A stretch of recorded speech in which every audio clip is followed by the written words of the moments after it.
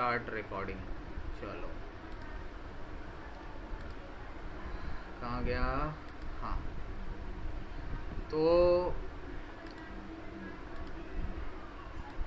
एक एक जन अपनी राय बताना मुझे।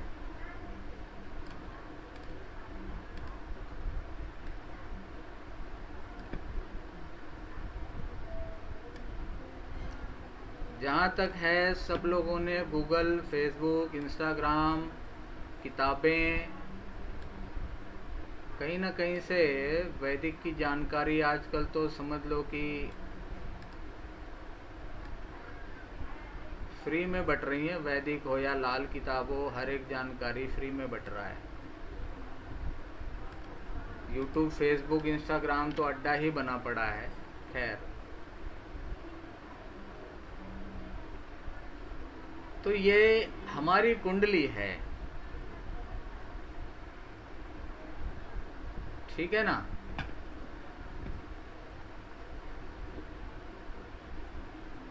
ये जो हाउस है, 12वां घर, इस 12वें घर को हम क्या क्या चीजें समझते हैं? 12वां घर जो होता है मोक्ष के रूप में जाना जाता है, और पता नहीं मेरे को 12वां घर मोक्ष का होता है। 12वां घर मोक्ष का होता है। और पहले एक ही सही है। आदमी अपना पूरा एक्सप्लेनेशन, एक आदमी कोई पूरा अपना एक्सप्लेनेशन देगा। कुलदीप जी, आप स्टार्ट किए हो, आप ही बताओ। 12वां घर, चलो, मोक्ष का घर है। और सर मुझे को इतना ही मालूम, ज्यादा जानकारी नहीं है वैदिक कुंडली की, इतना ही है। इंद्रपाल जी, आप बताइए, 12वां घर क्या क्या डिनोट करता है? 12वां घर सैया सुख को भी डिनोट करता है, भाई, मोक्ष के 12वां साथ घर साथ। मोक्ष हो गया, 12वां घर सैया सुख हो गया। और खर्चा भी हो गया। 12वां घर खर्चा भी हो गया। और देखो, जिनको जानकारी नहीं है वो नोट भी करते रहना, मिल रही है जो चीज़ें एक दूसरे से। और 12वां घर आपका खर्चा हो गया, 12वां घर आपका मोक्ष हो गया, 12वां घर आपका सैया सुख हो गया। और क्या है 12वां घर?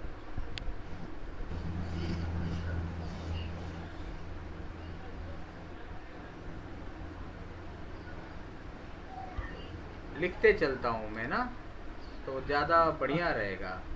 हाँ यहाँ बिल्कुल पर सर। लिखते चलता हूँ, एक मिनट।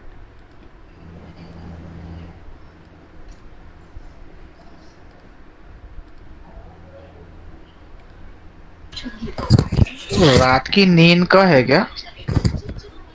12वां घर, हमने क्या बोला? खर्चा। खर्चा आ गया, क्या है ये? क्या बोलते हैं भाई? खर्चा, खर्च। फिर क्या बोले हम लोग? बेडरूम। एक एक और चीज याद आई है। और क्या बोले थे? मोक्ष बोले थे। हाँ, वो भी लिखते हैं, आप बताइए। विदेश यात्रा। विदेश यात्रा नहीं है, बट विदेश में निवास का होता है। चलो, विदेश फिर भी जोड़ लेते हैं। और सब कॉन्शियस माइंड का भी शायद आपने बताया है 12वां घर। हाँ, सब कॉन्शियस माइंड भी है आपका। किसी ने कहा नींद, सुजीत ने शायद कहा नींद। चलो, नींद भी है भाई। नींद है, इसलिए सब कॉन्शियस माइंड भी इससे जुड़ा हुआ है। सही बात है। नींद और अवचेतन मन। और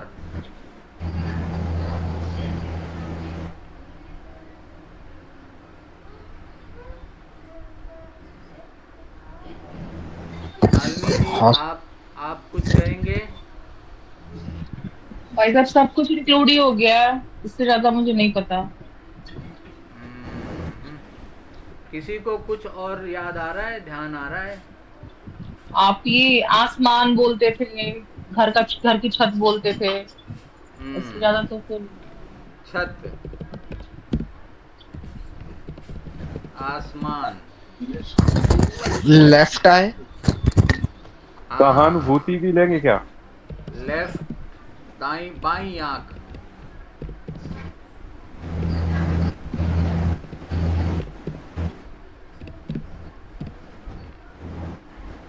और पैर ध्यान साधना।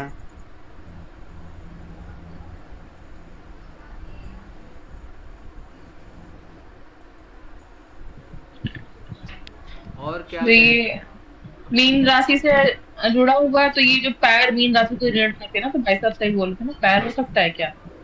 हाँ, आपके जो पैर का नीचे जो क्या कहते हैं वो पंजे, पद।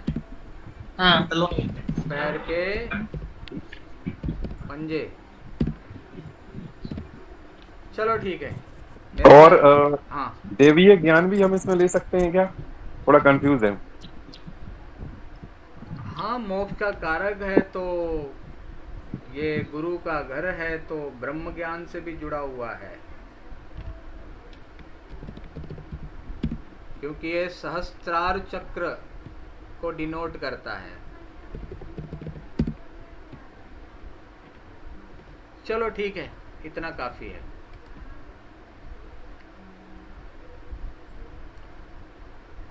अब यहां पर जो है बुध नीच का क्यों है?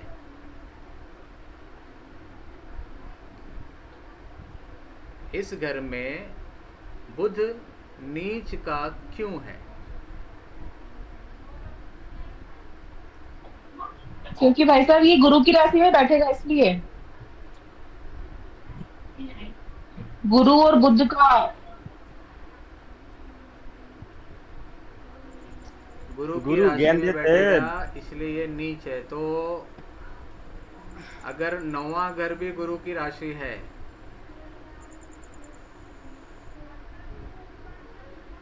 यहां बैठेगा तो नीच नहीं होगा।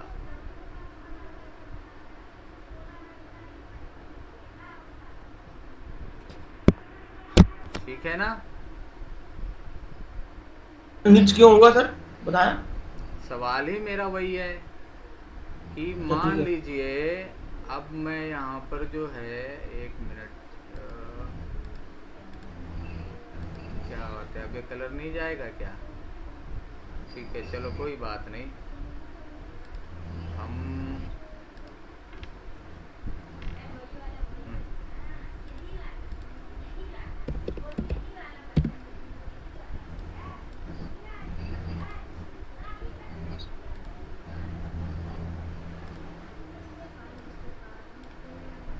देखो, ग्रहों को ना समझना बहुत जरूरी है। कहाँ गया भाई? कलर तो दिया था हमने अभी, वाइट कलर।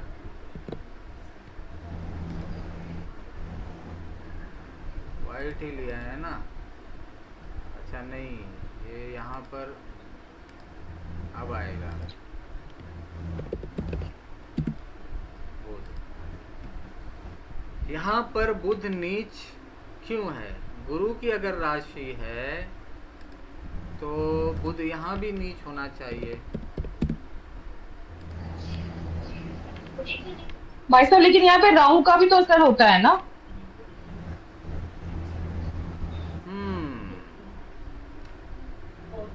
यहाँ पर राहु का असर होता है। Very good.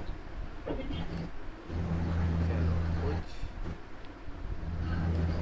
हद तक रास्ता पकड़ चुके हैं हम लोग। सर राहु का असर क्यों होता है? और कोई? इंद्रपाल जी, आप क्या कहना चाहेंगे? बुध यहाँ पर नीच क्यों होता है? मेरी समझ में नहीं आ रहा है। बुध को 12वें घर में मीन राशि में नीच बोला गया है ना? जी जी। क्या क्या कारण है, क्यों बुध को 12वें घर में या मीन राशि में नीच बोला गया?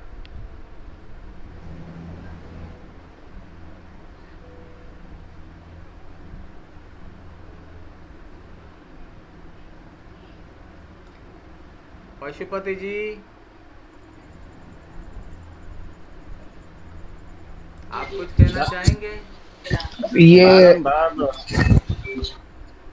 बारंबार मोक्ष का है, बुध हिसाब किताब अकाउंटेंट है। चलो, एक चीज बहुत अच्छा, मैं समझ गया आप क्या कहना चाहते हैं।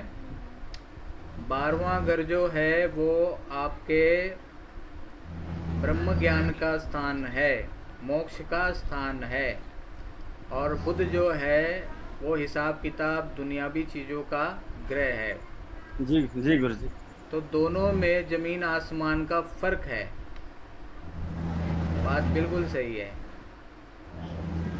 चलो, दूसरी चीज यह है कि ज्योतिष के नजरिए से बुध एक ऐसा ग्रह है जो अपनी ही राशि में उच्च का होता है, जो कि ये आपका छठा घर है, जहां पर बुध होगा क्या, उच्च का होगा।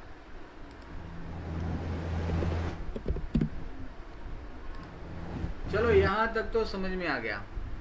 अब ये बताइए, मैं ये कहता हूं या लाल किताब कहती है या अन्य भी ज्योतिष की विधाएं कहती हैं कि 12वां घर में राहु का असर होता है, लेकिन भाई साहब ये अपने से 7वां भी तो हो गया ना, फिर ये छठे में उच्च का होगा, तो अपने से 7वें का इम्पैक्ट उसका उल्टा होना चाहिए। बिल्कुल बिल्कुल, जहां पर ये उच्च का हो रहा है उसके अपोजिट हाउस में अपने सेहन के घर में, जहाँ पे उसका सेहन हाउस बोलते 7वां घर समसप्तक, तो वहाँ पर वो उच्च का होता है। कोई भी ग्रह हो अपने से 180 डिग्री पे, अपनी उच्च राशि के 180 डिग्री पे वो नीच होता है, और अपने नीच राशि के 180 डिग्री पर वो उच्च का होता है। ठीक है, लेकिन अब सवाल ये दूसरा कि मैंने कहा कि 12वां घर राहु का होता है, ठीक है, तो उस हिसाब से छठा घर केतु का, तो ये ऐसे ही मान लेंगे क्या? इसके पीछे लॉजिक क्या है? देखो, बहुत बड़ा भेद है इसके अंदर, बहुत बड़ा रहस्य है। मैं वही कॉन्सेप्ट ही आप लोगों का क्लियर करना चाहता हूं, ताकि ग्रहों को लेकर, हाउसेस को लेकर जब कॉन्सेप्ट सही रहेगा तो हम लोग प्रेडिक्शन अच्छा कर सकते हैं, समझ सकते हैं चीज़ों को। किसी के कह देने से राहु भ्रम का देवता है, कहते हैं ना, राहु क्या इल्यूजन है, तो कभी प्रैक्टिकली ये महसूस किया है क्या कि राहु इल्यूजन है? किस तरीके से आप इसको डिफाइन करोगे कि राहु इल्यूजन है? किताबों में लिखा है उस तरीके से कह दोगे कि राहु इल्यूजन है, तो प्रैक्टिकली उसका क्या हम अंडरस्टैंडिंग दे सकते हैं?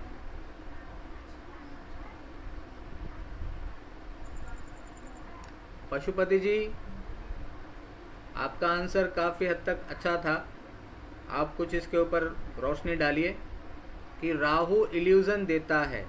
अगर आप कहोगे कि महादशा में, राहु की महादशा में लोग भ्रमित होते हैं, तो ये तो जब मान लो कोई बच्चा पैदा हुआ और उसके शुक्र की महादशा अगर लगी है, तो उसको कैसे समझाएंगे आप कि राहु की चीज़ों से दूर रहो, राहु तुमको नेगेटिव असर देगा?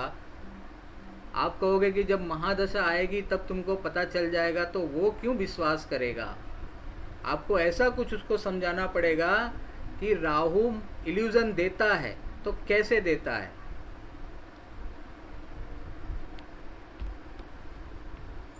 पता नहीं। नेपाल जी समझ रहे हैं मेरा बुद्धि, सवाल? भाई साहब बुद्धि का भटकाव होता है उस टाइम। एग्जैक्टली, तो बुद्धि का भटकाव को आप रिप्रेजेंट कैसे करोगे? मैंने स्टार्ट में क्या कहा, हम सब जो यहाँ बैठे हैं सबकी उम्र जो है कम से कम 30 साल के ऊपर है, और 16 साल की उम्र के बाद हमने काफी दुनिया देख ली है, समझ ली है। सर इल्यूजन क्या होता है? इल्यूजन Illusion- मतलब भ्रम। अच्छा, भाई हम- साहब जैसे मैं अपना एग्जांपल देती हूँ। हाँ हाँ। जब मेरी राहु की मासा शुरू हुई, हम्म एग्जैक्टली उसके 1-2 महीने पहले या 1-2 महीने बाद जो भी हो, मुझे ये लगा कि नहीं मेरे अकाउंट में पैसे हैं, मुझे ये करना चाहिए, मैं इसको मुझे मार्केट में डालना चाहिए, मेरा ये उसको मैं डबल कर सकती हूँ, क्योंकि वो कोविड के बाद का जो बुल रन चल रहा था ना उसके अकॉर्डिंग। हम्म और फिर मैंने डाला, फिर नहीं अब तो ये इतना हो गया, ये इतना हो जाएगा, फिर मैं उसमें उलझी रही। अल्टीमेटली हम्म लास्ट में मैं बड़े लॉस में आई हूँ। तो राहु क्या होता है, आपको भड़काता है पहले कि आप ये करो, ये हो जाओगे, ऐसे हो जाओगे, और लास्ट में उसी स्पीड से आपको नीचे गिराता है। राहु महत्वाकांक्षा को बढ़ाता है, खैर ठीक है वो, हाँ। बट आप इससे ये नहीं प्रूव कर पाओगे कि राहु इल्यूजन दे रहा है। हाँ, बुद्धि पर उसने इल्यूजन दे छाया रहा है, इल्यूजन आप ये इल्यूजन बता इसलिए दे रहा है, इल्यूजन इसलिए दे रहा है कि उसने मेरी बुद्धि को उस साइड में लगाया कि उसने ये होगी, इसको बोलते हैं ना ख्याली पुलाव। हम ये करेंगे तो ये हो जाएगा, ये करेंगे तो ये हो जाएगा, बट वो प्रैक्टिकली कहीं दिखता नहीं है। ठीक है, आप ऐसे कहोगे, चलो मैं मान लूंगा, लेकिन कोई ये कहे कि भैया ये आपके साथ हुआ है, ठीक है, हाँ आपके साथ हुआ है, ठीक है, लेकिन राहु की महादशा में बहुत से ऐसे लोग हैं जो बहुत ग्रोथ कर जाते हैं। हाँ, कल्पना शक्ति का विस्तार होना भी एक तरीके से पॉजिटिव ही चीज है, अगर उसको उस लेकिन दिशा में हमें लेके जब जाए ये तो। बताना है कि राहु इल्यूजन है, हम उसको कैसे डिफाइन करेंगे? आप सब ने देखा है और आप सब उसको महसूस करते हो, हर रोज महसूस करते हो, रोज नहीं तो किया तो जरूर है। चलो आते हैं। कुछ सर मैं हाँ, मैं आप बताना चाहेंगे, कुछ राहु- बताइए। हाँ, राहु सोच है सर, अपने बताया था, पर राहु हमारी सोच है। बिल्कुल। तो उस पे राहु सोच है, और आपने एक बार ये भी बताया था कि राहु ही एक ऐसा है जो कोई चला रहा है सभी ग्रहों को, राहु सोच के माध्यम से आपने समझाया था, जहां तक मेरे को याद है। तो राहु सोच है, मुख्य राहु को आपने बताया था उस समय। अब पता नहीं जो बताया था वो याद है मेरे को। सही है, सही बात है। राहु सारे ग्रहों को चलाता है, राहु को बुध चलाता है। खैर ठीक है, चलो मैं अब आप लोगों को एग्जाम्पल देता हूँ।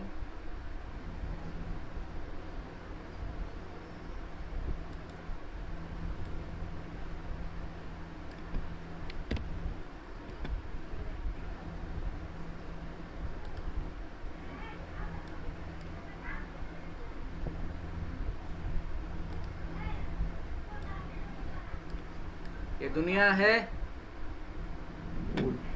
यही दुनिया है ना, ब्रह्मांड। हाँ सर। बोलो भाई सब लोग, हाँ ना। हाँ गुरुजी, हाँ। इंद्रपाल जी, जी सर, जी सर। यही दुनिया ब्रह्मांड है ना?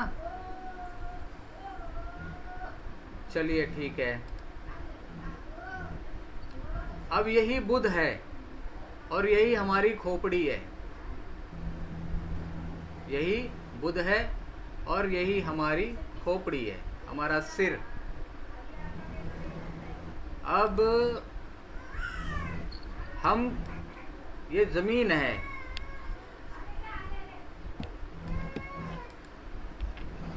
ये जमीन है।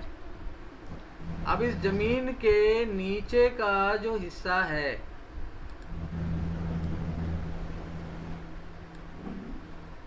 इसको हम क्या कहते हैं?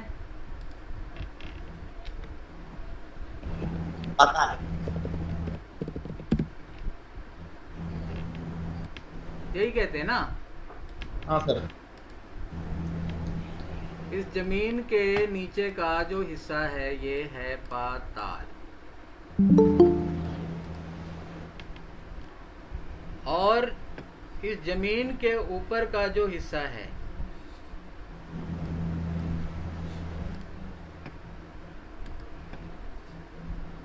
मतलब कि ये जो आसमान है,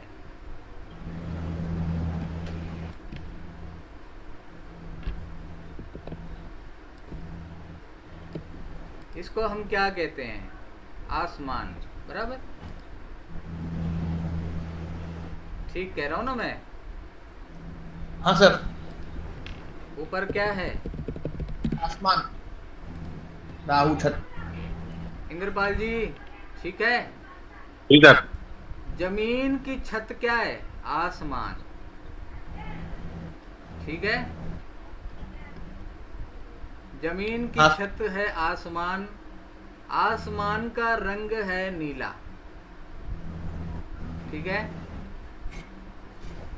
अब मान लो मैंने आपको यहां खड़ा किया, आप यहां खड़े हो। कहां खड़े हो? यहां पर खड़े हो और आप इस दिशा में देख रहे हो। आसमान को देखो तो ये आसमान आपको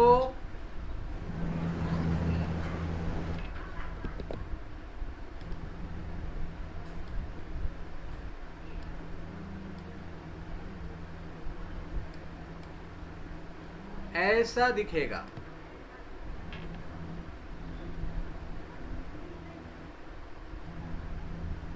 महसूस किया है कभी? हाँ जी सर। इंद्रपाल जी महसूस किया है कभी? जी सर। जी सर। कुलदीप जी महसूस किया है? नहीं सर, इसको महसूस नहीं कर पाया अभी तक। अरे आप खेत में जाते हो तो दूर जब देखते हो तो क्या लगता है? जमीन और आसमान मिल रहे हैं कि नहीं दूरी पर? हाँ हाँ सर, हाँ बिल्कुल। लेकिन क्या मिले हुए हैं? नहीं। यही तो भ्रम है। हम्म। जिस भ्रम को ढूंढ रहे थे कि भ्रम है क्या चीज, वो आंखों से देख रहे हो आप। देखते हो ना कि भ्रम क्या है, कि जमीन और आसमान दिख रहा है। अब 12वां घर क्या है? अपने जन्म स्थान से दूर, मतलब जहां पे जन्म हुआ चौथा घर, उससे दूर विदेश 12वां घर। तो दूरी जो है वो आपके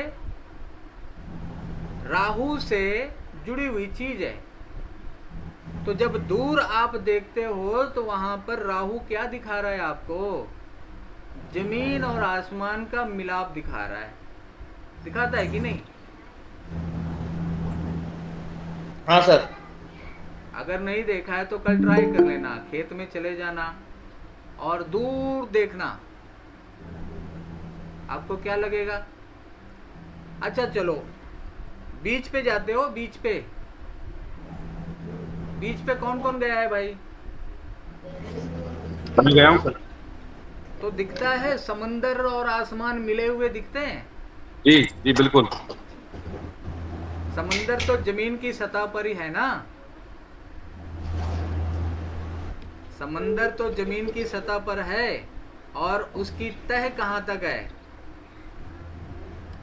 कोई उसका ठिकाना है तह का?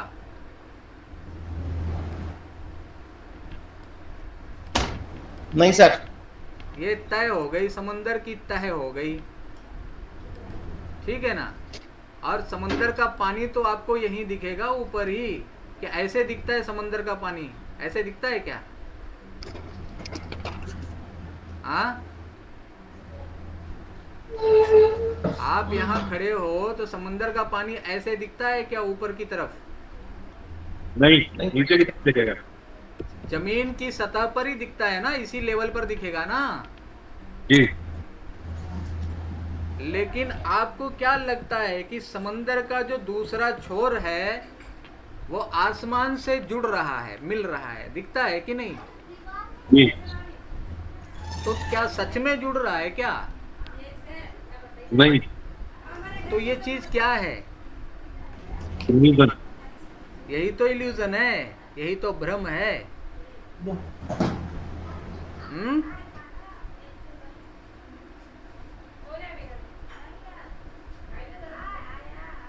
पशुपति जी, जी गुरु जी। आपकी आवाज बहुत धीमे आ रही है पशुपति जी। माइक थोड़ा नजदीक लीजिए अपने। बात समझ में आ रही है सबको? मोबाइल सर आ रहे हैं गुरुजी। बिल्कुल ना। राहु ब्रह्म है, इसको आपने कैसे समझाया अब? और ये हम हमेशा प्रैक्टिकली देखते हैं कि राहु ब्रह्म बोलते हैं, लेकिन कभी हमने महसूस किया है लेकिन हम उसको समझा नहीं पाते। तो अब ये गोलाई जो आपको दिख रही है, ये जो गोलाई दिख रही है, बुध और राहु का संबंध है। तो कैसे है? आपने जब देखा दोनों तरफ, जब आपने देखा तो आपको क्या दिखा कि जमीन और आसमान जो हैं वो मिले मिलाए दिख रहे हैं। कहाँ पर? पॉइंट नंबर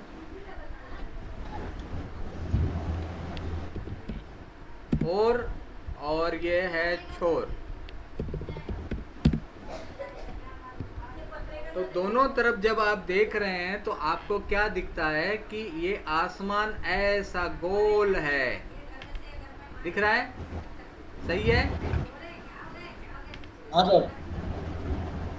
इंद्रपाल जी, जी सर, जी सर, सही है बात? सही है। ऐसे ही लगता है ना बीच में, जब आप यहाँ पर जब खड़े होते हो, मैं कलर ड्रॉ कर रहा हूँ, यहाँ पर आप खड़े हो, ठीक है, मतलब हम यहाँ पर खड़े हैं, तो हमें क्या लगता है कि जब हम जमीन पर जब हम यहाँ खड़े हैं तो हम जब अपने लेफ्ट और राइट में दूरी पर देखते हैं तो हमें और छोर जो हैं वो कैसे दिखते हैं? जमीन और आसमान मिले मिलाए दिखते हैं, और आसमान का आकार गोलाकार दिखता है, 180 डिग्री अर्धवृत्ताकार, ठीक। तो जब ये इतना हिस्सा ऊपर है तो इतना ही हिस्सा इसका नीचे भी है। बात समझ में आ रही है? हाँ सर।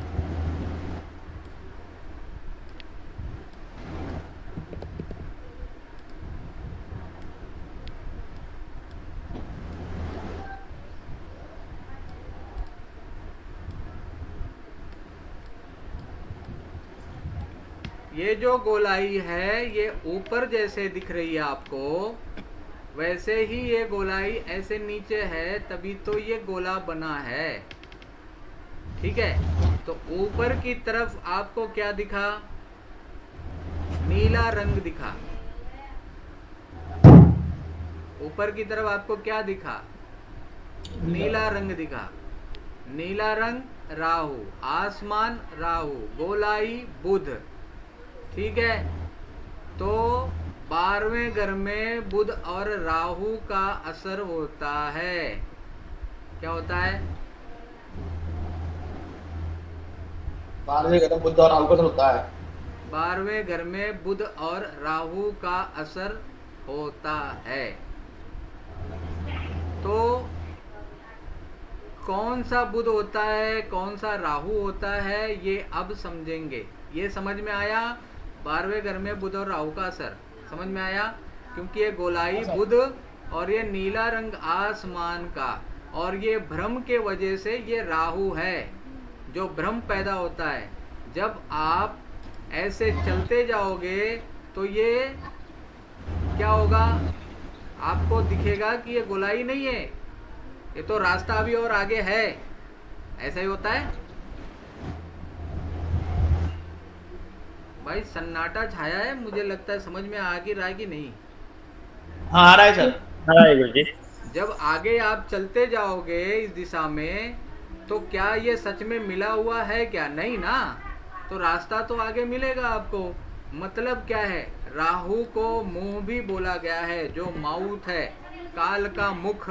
तो ये मुख खुलता हुआ दिखेगा। मतलब क्या होगा कि ये जो आपको बंद हुआ रास्ता दिखता है, मतलब ये मिला मिलाया है, ये मिला मिलाया हुआ जो है, ये क्या होगा?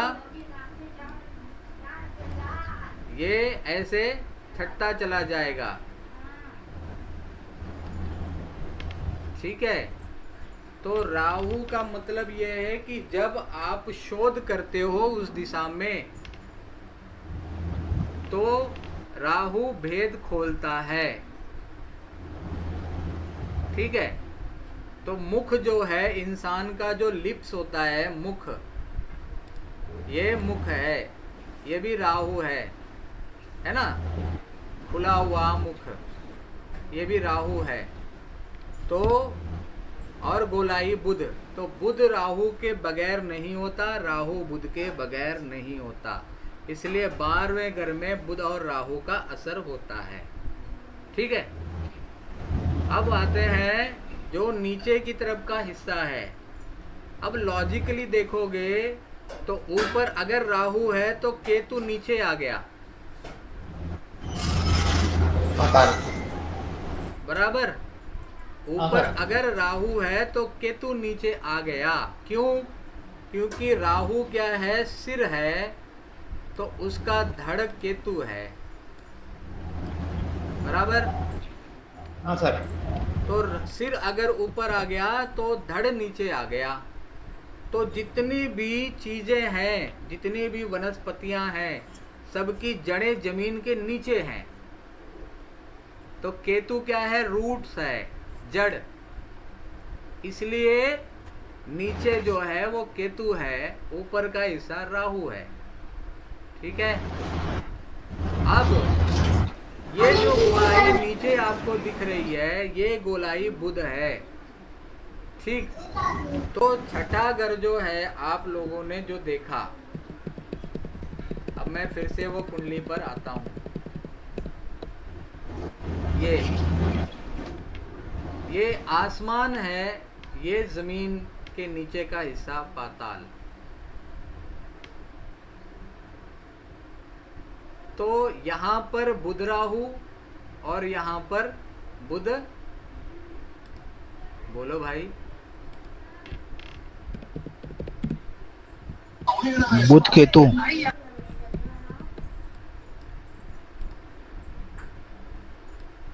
बुध केतु।